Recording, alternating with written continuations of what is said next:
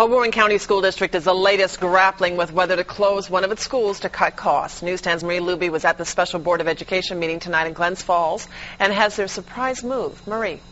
Lisa, we expected a vote tonight by the school board on closing one of its elementary schools, but after hours of public comment and Q&A, they held off on making a final decision. Any of the district's 4 elementary schools could go, with one option sending 5th graders to the middle school.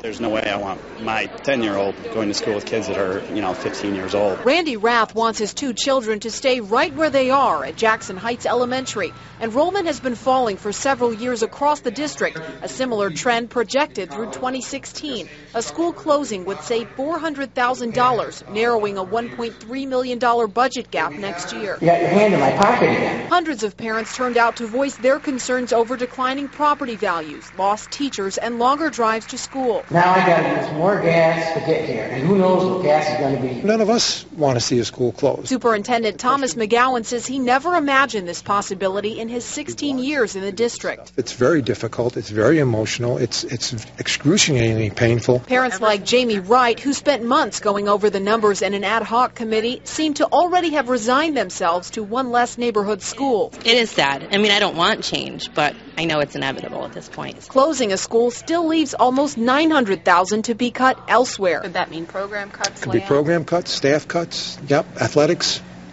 arts, everything's on the table.